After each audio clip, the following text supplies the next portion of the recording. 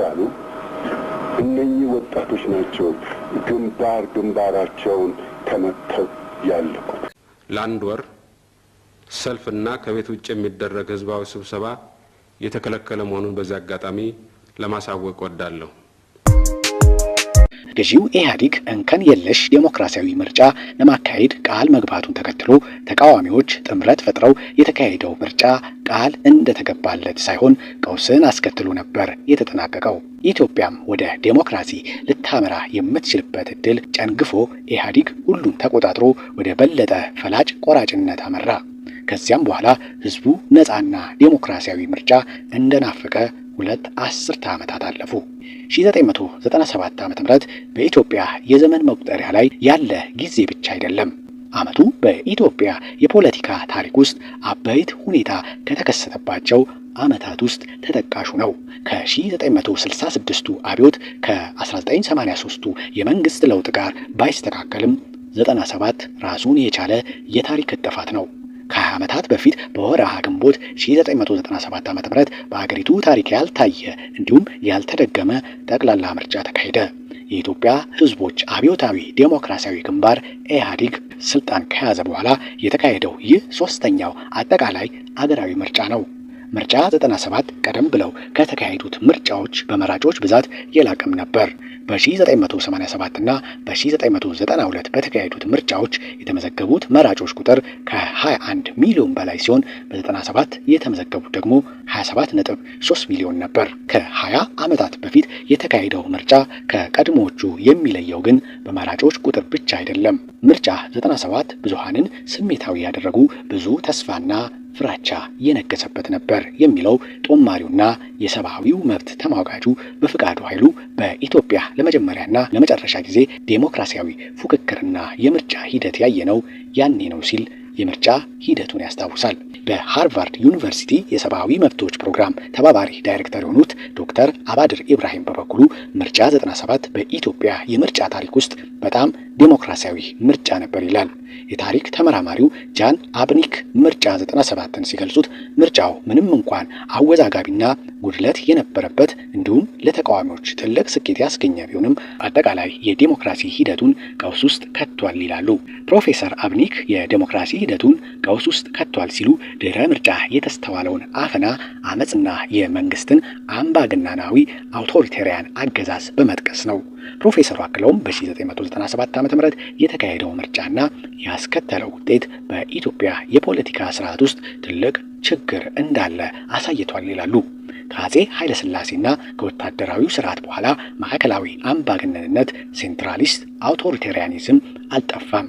ነገር ግን ምናልባት በአዲስ መልክ እየተፈለሰፈ መሆኑን ግን አሳይቷል ሲሉ ያክላሉ። ፕሮፌሰር አብኒክ ከኢህአዴግ ወደ ስልጣን መምጣት በኋላ ከተካሄዱት ምርጫዎች ውስጥ የ97ቱ ምርጫ እጅግ ወሳኝና ውጤታማ ምርጫ ነበር ማለት ይቻላል ይላሉ። ሰዎች ለውጥ ሊኖር እንደሚችል ተሰምቷቸው ለብዙ ሰዓታት በምርጫ ጣቢያዎች ተሰልፈው ለመምረጥ ተዘጋጅተዋል የሚሉት ፕሮፌሰሩ ይህ በራሱ ለአገሪቱ ዴሞክራሲ ትልቅ ትርፍ ነበር ሲሉም ምርጫውን ይገልጹታል። መጨረሻው በእንከኖች የተሞላ የሰው ሕይወት የበላና የአገሪቱን የዴሞክራሲ ሂደት ወደ ኋላ የመለሰ ቢሆንም ምርጫ 97 ኢትዮጵያ እስካሁን መድገም ያልቻለችው ትልቅ ክስተት ነው። የምርጫ 97 መባቻ የቀድሞ ጠቅላይ ሚኒስትር መለስ ዜናዊና ጓዶቻቸው ዴሞክራሲ በአንድ ጀንበር አይመጣም የሚል ብሂል ነበራቸው። ከትግራይ በረሃዎች ተነስተው 4 ኪሎ ከገቡ በኋላ የማርክሲስት ካባቸውን አውልቀው አብዮታዊ ዴሞክራት የሆኑት እነመለስ እውነት አላቸው። ስልጣን ከያዙ በኋላ የተካሄዱት ምርጫዎች ዴሞክራሲያዊም ፍትሃዊም ናቸው ለማለት ይቸግራል። ፕሮፌሰር አብኒክም በ1987 እና በ1992 በተካሄዱት ሁለቱ ምርጫዎች ነፃና ፍትሃዊ ምርጫ እውን ሊሆን አልቻለም ይላል። ነገር ግን ኢህአዴግ በ1997 ምርጫ መባቻ ለዴሞክራሲያዊ የምርጫ ፉክክር መደላደሎችን መፍጠሩ አከራካሪ አይደለም። የሰብአዊ መብት ተሟጋቹ በፍቃዱ ኃይሉ ከምርጫው በፊት በነበሩት 10 ዓመታት ገደማ የዴሞክራሲ ምህዳሩ አንጻራዊ ስፋት እያሳየ የመጣበት ጊዜም ነበር ሲል ከ1997 በፊት ያሉትን 10 ዓመታት ይገልጻቸዋል። በእነዚህ 10 ዓመታት ሚዲያዎች እያበቡ የሲቪል ማህበረሰብ ድርጅቶችም በነጻነት እየሰሩ ነበር የሚለው በፍቃዱ በርካታ ነጻ ጋዜጦች የተለያዩ ትችቶችን በነጻነት ያቀርቡ ነበር ይላል ፕሮፌሰር አብኒክ። ከ1983 ዓመተ ምህረት በኋላ ኢትዮጵያ ጉልህ የሆነ የፖለቲካ ተቋም ግንባታ እንደታየና ህዝባዊ ዴሞክራሲያዊ ስርዓት መምጣቱ ምንም ጥርጥር የለውም ይላሉ። ከመገናኛ ብዙሃንና ከሲቪል ማህበረሰብ ድርጅቶች መነቃቃት በተጨማሪ ምርጫው ሲቃረብ የተለያዩ የፖለቲካ ድርጅቶችም የተለያዩ ንቅናቄዎችን ለመመስረት ይሞክሩም ነበር ይላል በፍቃዱ።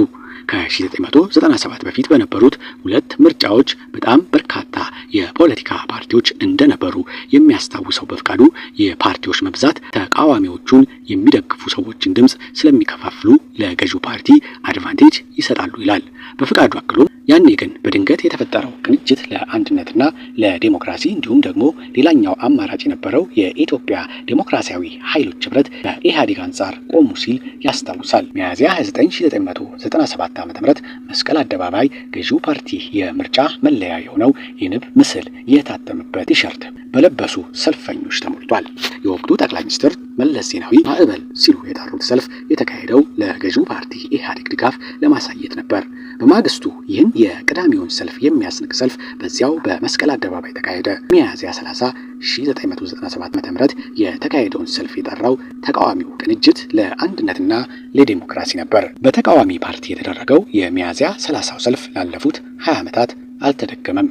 ኢህአዴግና ተቃዋሚዎች በተለይ ቅንጅት የህዝቡን ልብ ለማሸነፍ ተፎካከሩ። ግን በአደባባይ ብቻ አልነበረም። በቴሌቪዥን በተላለፉ የምርጫ ክርክሮችም ጭምር የታጀበ ነበር። ፕሮፌሰር አብኒክ በአንጻራዊነት ነፃና ግልጽ የሆነ ህዝባዊ ውይይት በገዢው ፓርቲና በተቃዋሚ ፓርቲዎች መካከል እንዲሁም በገጠር ሰፊ ቅስቀሳ በማድረግ እስከዚያ ድረስ ታይቶ የማይታወቅ ተስፋ ተፈጥሯል ይላሉ። ገዢው ኢህአዴግ ነፃ የሆነ ምርጫ አካሂጄ አሸንፋለሁ የሚል ስሜት ስለነበረው መድረኩን ክፍት አድርጎታል የሚለው በፍቃዱ በበኩሉ ተቃዋሚዎቹ በዚያ አጋጣሚ ተጠቅመን ብዙሃንን በተለይ የከተማ ነዋሪዎችን በከፍተኛ ሁኔታ አንቀሳቅሰዋል። ይህም ከፍተኛ ውጤትን እንዳስገኘ ይናገራል። በተጨማሪም በቴሌቪዥን የሚደረጉ ክርክሮች የነበረው አውድ አጠቃላይ ዴሞክራሲን ተግባራዊ ወይ ኤክሰርሳይዝ እያደረግን ነበር ብለን እንድናምን የሚያደርጉ በርካታ ነገሮች ነበሩ ሲልም ያክላል። ዶክተር አባድር በበኩላቸው በምርጫ 97 ወቅት ኢህአዴግ ዴሞክራታይዝ የማድረግ ፍላጎት ነበረው ወይም ሳይፈልግም ወደዚህ እየሄደ ነበር ይላሉ። ይህ በበኩሉ ዴሞክራሲያዊ ወደሆነ የምርጫ ፉክክር አምርቷል። ጅማሮ ላይ ዴሞክራሲያዊ የመሰለው ምርጫ 97 ግን አጨራረሱ አላማርም። ፕሮፌሰር አብኒክ ነፃና ግልጽ ሆኖ ጀመረ ያሉት ምርጫ በድረ ምርጫ ምዕራፍ ከፍተኛ ለመግባባት ውዝግብና ህዝባዊ ተቃውሞዎች ላይ ከፍተኛ አፈና ተስተውሏል። ተቃዋሚ ፓርቲዎች አሸንፈናል ቢሉም ድል የተነፈጋቸው በማጭበርበር ነው የሚሉት ፕሮፌሰሩ በአከራካሪ የምርጫ ክልሎች አዲስ ምርጫ እንዲደረግ ያቀረቡት ጥያቄ ውድቅ ሲደረግ ሰላማዊ ሰልፍ ጠርተዋል ሲሉ ያስታውሳሉ። ኢህአዴግ 371 ወንበሮች ወይም 67.8% ድምጽ፣ ቅንጅት 106፣ የኢትዮጵያ ዴሞክራሲያዊ ኃይሎች ህብረት ደግሞ 52 በማሸነፍ ተቃዋሚዎች በድምሩ 174 የፓርላማ ወንበሮችን አግኝተው ነበር። ጉዞ ወደ አምባገነናዊ አገዛዝ። የምርጫ ማግስት የድምጽ ቆጠራው መደረግ ሲጀመር ተቃዋሚዎች ጥሩ አፈጻጸም የነበራቸው ይመስላል። ምርጫውን ያለ ጊዜው አሸንፈናል ማለታቸው ገዢው ፓርቲ ሁኔታውን ለማረጋጋትና እንደገና ለመቆጣጠር እርምጃዎችን ወስዷል። ይህን ተከትሎ በኢትዮጵያ የፖለቲካ ምህዳር ላይ ወጥታ የነበረችው የዴሞክራሲ ጀንበር ለመዘቅዘቅ ወራት አልፈጀባትም። ፕሮፌሰር አብኒክ የፖለቲካ ውዝግብ ተከተልና ተስፋ መቁረጥ በህዝቡ አእምሮ ውስጥ ነገሰ ይላሉ። ከግንቦት 7 በኋላ ለአንድ ወር ያህል ህዝባዊ ሰላማዊ ሰልፎችን ማድረግ ታገደ። ተቃዋሚዎችን በክህደት የሚወነጅሉ የሚዲያ ዘመቻዎችም ተጀመሩ። ጋዜጠኞችም ታሰሩ። የቅጣት ዘመቻ በሚመስል መልኩ በገጠር የገዢው ፓርቲ ፖለቲከኞች፣ ካድሬዎችና ፖሊሶች ተቃዋሚ የሚሏቸውን ፖለቲከኞች ማዋከብ የጀመሩ ሲሆን ከነዚህ ውስጥ በሺዎች የሚቆጠሩ ታሰሩ። ግልጽ ባልሆነ ሁኔታ ቢያንስ አንድ የፓርላማ አባል ሆነው የተመረጡ እጩ በጥይት ተመተው መገደላቸውን ፕሮፌሰር አብኒክ አስፍሯል። ሰላማዊ ሰልፍ ማድረግ መከልከሉን ተከትሎ የአዲስ አበባ ዩኒቨርሲቲ ተማሪዎች በግቢ ውስጥ በመቀመጥ ተቃውሟቸውን አሰምተዋል። ከነገ ጀምሮ ለአንድ ወር ሰልፍና ከቤት ውጭ የሚደረግ ህዝባዊ ስብሰባ የተከለከለ መሆኑን በዚህ አጋጣሚ ለማሳወቅ እወዳለሁ። የህዝቡን ውሳኔ በትዕግስትና በጸጋ ለመቀበል ባለመፈለግ ይህን መመሪያ ተላልፎ በሚገኝ ክፍል ላይ የጸጥታ አስከባሪ ኃይሎች ጥብቅ እርምጃ እንዲወስዱ መመሪያ ተላልፈዋል። በአዲስ አበባ የሚገኙ የታክሲ አሽከርካሪዎች የስራ ማቆም አድማ የጀመሩ ሲሆን በባህር ዳር፣ ሐዋሳና በአምቦ ከተሞችም የሚገኙ ተማሪዎች ተቃውሞውን ተቀላቅለዋል። ረቡዕ ሰኔ 1 ቀን 1997 ዓ.ም በአዲስ አበባ ከተማ የተካሄደው ሰልፍና መንግስት የወሰደው እርምጃ በዲሞክራሲያዊ ክርክር የጀመረውን ምርጫ በደም የቋጨ ነበር። በከተማዋ የሁለተኛ ደረጃ ተማሪዎችና ወጣቶች የጀመሩትን ሰልፍ መንግስት በማንኛውም መንገድ እንዲቆጣጠሩት ትዕዛዝ መስጠትን ተከትሎ የተቃውሞ ሰልፍ ወደ ቀውስ ተቀየረ። የመንግስት ኃይሎች በወሰዱት እርምጃ በርካታ ሰዎች ሲገደሉ፣ በመቶዎች የሚቆጠሩ ደግሞ ለእስር ተዳርገዋል። ምርጫው በኢትዮጵያ ፖለቲካ ውስጥ እጅግ ፉክክር የታየበት ነገር ግን ውጥረት የበዛበት ወቅት ነበር የሚሉት የህግ ምሁሩ ዶክተር አደም ካሴ በርዕዮተ ዓለምም ሆነ በስልጣን ደረጃ የዜሮ ድምር ስሜት የተሰማበት ወቅትም ነበር ሲሉ ለቢቢሲ ተናግሯል።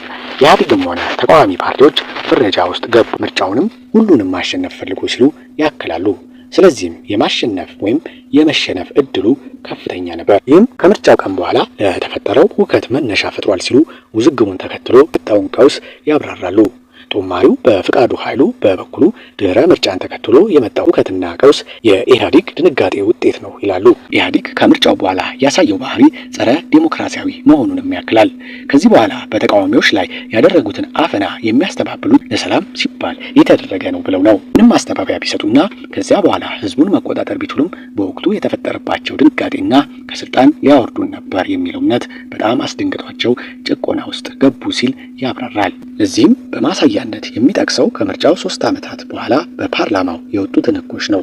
የጸረ ሽብር አዋጅ ከውጭ ፈንድ እንዳይቀበሉ የሚያግደውና ብዙ የአሰራር ማነቆችን ያደረገው የሲቪል ማህበረሰብ ድርጅቶች አዋጅና የሚዲያ ህጎች የሲቪክ ምህዳሩን ፍጹም እየጠበበ እንዲመጣ አድርገውታል ይላል። ይህን ተከትሎ መጀመሪያ ያንን ምህዳር እንዲያሰፋና ለመሰለ የምርጫ ፉክክር ብቁ እንዲሆን ያደረጉትን ነገሮች በሙሉ ሚዲያው፣ ሲቪል ማህበረሰቦች እንዲሁም የፖለቲካ ፓርቲዎች ከዚያ በኋላ ተዳከሙ ሲል ያክላል። ከምርጫ 97 በኋላ ያሉት አመጾች ባይኖሩ ኖሮ መንግስት እነዚያን ህጎች ለማውጣት ሰበብ አያገኝም ነበር። ከኢህአዴግ ድንጋጤ በተጨማሪ ተቃዋሚ የፖለቲካ ፓርቲዎችም የራሳቸው ድርሻ ነበራቸው። ተቃዋሚዎች በታሪክ ተገኝቶ የማይታወቅ ብዙ ድምጽ ቢያገኙም በወቅቱ አሸንፈዋል የሚል እምነት የለኝም የሚለው በፍቃዱ ሁሉንም ጠቅልሎ የመውሰድ አባዜ አለ እንጂ ሰጥቶ መቀበል የሚለው መርህ ግን የለም ሲል ይተቻል። ተቃዋሚዎችም ይህንን የሚያህል ትልቅ ወንበር ካገኘን በቂ ነው፣ ስለዚህ ከተቻለ አመጽ አልባ የሆኑ ትግሎችን መታገል ካልተቻለ ግን ያለውን ወስደው ለሚቀጥለው ደግሞ አሸናፊው ለመውጣት መሞከር ይልቅ እሱ አደገኛ የሆነ መንገድ መርጠዋል ይላል። የቅንጅት ታዛቢዎች፣ የቅንጅት ወረቀት በታኞች፣ የቅንጅት ከቤት ቤት እየሄዱ ህዝብን ቅንጅቱን ምረጡ ያሉ እነኚህ ወጣቶች ናቸው ግንባራቸውን ተመተው ያለቁ። ፓርላማ መግባት የለብንም የሚለው የተቃዋሚ ፓርቲዎች ውሳኔ በጣም አደገኛና መዘዝ ያስከተለ እንደነበርም ያስታውሳል። ዶክተር አባድር ከ1997 በኋላ ኢህአዴግ ፍጹም ወደሆነ አምባገነናዊ ስርዓት ነው የገባው ይላሉ። ለዚህ ማሳያ ደግሞ የሚሆኑት ከ1997 ዓ.ም በኋላ የተካሄዱትን ምርጫዎች ለአብነት በማንሳት ነው። ኢህአዴግ በ2002 የተካሄደውን ምርጫ 99.6 በመቶ ማሸነፉን በጊዜው አስታውቋል። ከዚህ በኋላ የተካሄደው የ2007 ምርጫን ያሸነፈው ደግሞ 82.4 በመቶ ነበር። ለበፍቃዱ ኃይሉ ኢህአዴግ በ2002 እና 2007 የተካሄዱት ምርጫዎች በሰፊ ልዩነት ከማሸነፉ በላይ አስገራሚው ነገር ፓርቲው ያገኘው የመራጮች ድምጽም ብዙ በመሆኑ ነው። የፓርላማ መቀመጫዎችን ማሸነፉ ብቻ አይደለም የሚያስደንቀው፣ ድምጹን ራሱ ቢቆጥር ከ90 ወይም 85 በመቶ በላይ ነው ኢህአዴግ እያገኘ የነበረው ይላል። በማንኛውም ዴሞክራሲያዊ ምርጫ የማይቻል ነው። አንድ ፓርቲ ከ80 በመቶ በላይ ድምጽ ሊያገኝ አይችልም የሚለው በፍቃዱ 51 በመቶ ድምጽ አግኝቶ ሁሉንም የምክር ቤት ወንበር ሊያሸንፍ ይችላል። በየምርጫ ጣቢያው በአንድም በሁለትም ድምጽ እየበለጠ ማለት ነው። የተሳተፈውም የመረጠውም የገዢው ፓርቲ ደጋፊ ነው። አለበዚያ ሌላው ተጨቁኗል አሊያም አማራጭ እንዳይኖር ተደርጓል ይላል። ከዚህ ባለፈም መራጮች በብዙ መልኩ ተገዝተዋል ይላል። ከምርጫ 97 በፊት ኢህአዴግን ዴሞክራታይዝ የማድረግ ፍላጎት ነበረው ወይም ሳይፈልግም ወደዚያ እየሄደ ነበር የሚለው ዶክተር አባድር ኢብራሂም ከ1997 በኋላ ግን ዴሞክራሲ እንደማይሆነው ግልጽ የሆነ ውሳኔ ላይ ደርሷል ሲል ከምርጫው በኋላ የተከሰተውን አባይት ለውጥ ያስታውሳል። ከዚህ በፊት ዴሞክራታይዝ እናደርጋለን ከዚያ ምርጫ እናሸንፋለን አይነት ስሌት ነበራቸው ይላል። ከ97 በኋላ ግን ዴሞክራታይዝ የማድረግ ፍላጎት ጭራሽኑ አልነበራቸውም። ከ97 በኋላ ዴሞክራሲ አማራጭ አልነበረም ሲልም ያክላል። ኢህአዴግ 99 በመቶ ያሸነፈው ድባቡ ስለተቀየረ ወይም ተቃዋሚዎች ስላልተሳተፉ አይደለም። 99 በመቶ ማሸነፉ ስለሚፈለግ ነበር። 1% ለመልቀቅ ፍላጎት አልነበረውም። ልማታዊ የሆነ ግን ደግሞ ፈላጭ ቆራጭ የሆነ መንግስት መገንባት ነበር። ከ97 በኋላ ፍላጎታቸው ሲል ድህረ 97 የነበረውን የሀገሪቱን ስርዓተ መንግስትና ፖለቲካ ያስረዳል። ዶክተር አባድር ከ97 በኋላ የነበሩ ምርጫዎች ዴሞክራሲያዊ አለመሆናቸውንም በጽኑ አንስቷል። ለዚህም በአስረጅነት የሚጠቅሰው የምርጫው ሂደት ምን ያህል አሳታፊና ፉክክር የታየበት ነው የሚለውን በማንሳት ነው። በ1997 የምርጫ ሂደት የታየው የተሳትፎ መጠን እንዲሁም የፉክክር ደረጃ፣ ይህም ማለት ገዢው ፓርቲ ከተቃዋሚዎች ጋር ሲነጻጸር ያገኘው ድምፅም ለሂደቱ ዴሞክራሲያዊነት ማሳያ ይሆናል። ከዚህ በኋላ በተካሄዱት ምርጫዎች ገዢው ፓርቲ የፉክክር ልኬቱና አሳታፊነት እጅግ አናሳ እንደነበር ዶክተር አባድር ይገልጻል።